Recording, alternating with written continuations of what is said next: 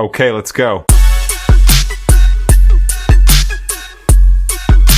Halo, balik lagi sama gue di Kupas Konten, tempat kita bedah konten yang kelihatannya simple tapi penuh makna. Gue Abi dan kali ini gue bakal bahas obrolan satu video yang kelihatannya cuma lucu-lucuan unboxing mainan, tapi apakah sesimpel itu? Nah, video kali ini tuh datang dari channel Salsa and Family dengan judul Unboxing Mainan Blind Box dan Sanrio yang dirilis tanggal 27 November 2023 yang durasinya hampir 10 menit dan udah ditonton hampir 96.000 kali. Tentu aja hari ini gue nggak sendirian, ada dua teman diskusi gue yang bakal temenin kita sampai akhir video. Boleh masuk dulu. Di sini ada Clara sama Gayas, boleh ya say hi dulu ke kamera. Hai. Hai. Oke. Nani? Kita bakal. Bentar dulu tuh sikat, Bray. Iya. Sikat. Silakan. Aman. Minum ya. Lapar nih, lapar. Nah. Oke, pertama kita bakal bahas isi kontennya dulu ya dari video yang bakal kita angkat ini. Jadi videonya itu sebenarnya cukup simple. Anak-anak dari channel Salsa and Family unboxing mainan blind box dari Miniso. Ya. Mereka tuh excited banget sepanjang video, ekspresinya seneng dan terkejut setiap buka kotaknya dari awal sampai akhir video gitu. Kalau menurut kalian gimana tuh? Kalau menurut gua sih, kalau menurut secara production itu videonya cukup santai, tapi juga rapi. Oh, Terus juga anak-anak juga ya kelihatan ngobrol natural gitu sama orang tuanya. Terus juga brand-brand yang ada konten itu ditampilkan terus menerus. Tapi kalau kita lihat baik-baik juga ada tuh bagian-bagian kayak obrolannya yang kayak udah disediain sebelumnya gitu. jadi agak kaku gitu Ada ya. kaku gitu. Ya terus kayak ini tuh meskipun nggak ada ajakan secara langsung, kayak misal si talentnya tuh ngomong kayak, ayo nih beli nih, ini lucu banget nih. Itu kayak secara nggak langsung kayak bikin penontonnya tuh pengen beli mainan tersebut gitu loh. Oh gitu ya. Kalau dari unsur promosi sama komersialisasinya nih, ini dia tuh sering gak kita sadari karena produk yang ditampilkan tuh jelas banget kan dari awal sampai akhir tuh nggak berhenti buat ngenalin produknya gitu. Terus bahkan mereka tuh di deskripsi videonya aja nggak nampilin kalau mereka tuh lagi promosi barangnya. Tapi dari awal video tuh mereka selalu nampilin berulang-ulang kali.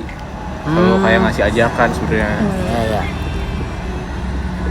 Gitu. Itu namanya ini tuh promosi terselubung nggak sih gitu teh? Iya, kayak gitu ya. Kayak brand Minisonya tuh ditampilin secara terus menerus. Jadi penonton yang anak-anak itu secara nggak sadar bahwa konten itu lagi ngejual produknya lewat ekspresi anak-anak gitu. Tapi secara halus gitu Secara ya. halus gitu.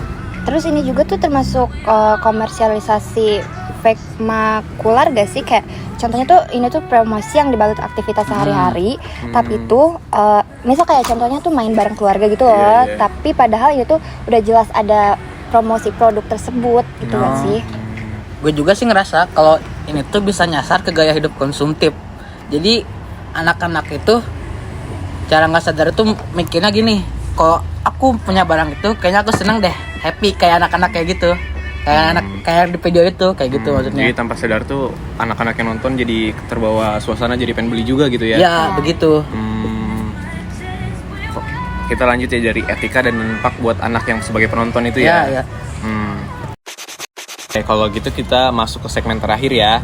Oke. Ini tuh penting banget, dampak etika dan dampak buat anak-anak juga secara eksplisit gitu. Menurut kalian gimana tuh?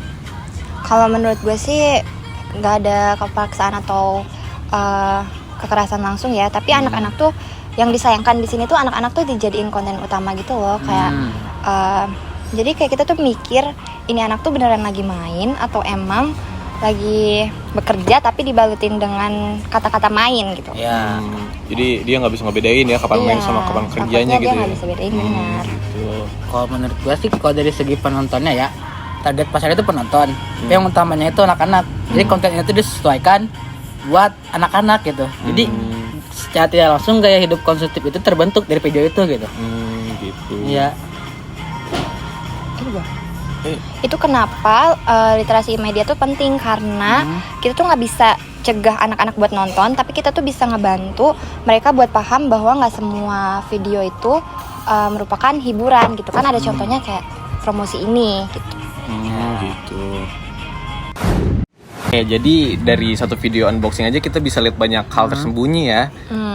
Kayak promosi terselubung, potensi eksploitasi anak, dan pengaruh ke gaya hidup anak-anak ya. Ya. Ya, jadi semoga kedepannya para kreator lebih bisa ada kerjasamanya gitu sama brand gitu. Jadi nggak ada ini gitu banget ya. Iya, jadi nggak ada kayak gitu banget. Terus juga orang tua tuh harus aktif mendampingi anak-anak yang nonton supaya mereka tuh belajar bisa jadi penonton yang kritis. Ya.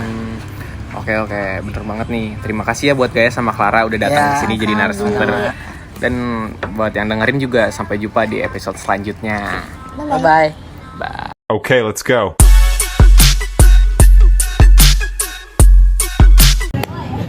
Terima kasih buat Bapaknya. Selama saya mengikuti pembelajaran Bapak, saya ngerasa pembelajaran Bapak itu sangat relevan dan menarik buat saya ya.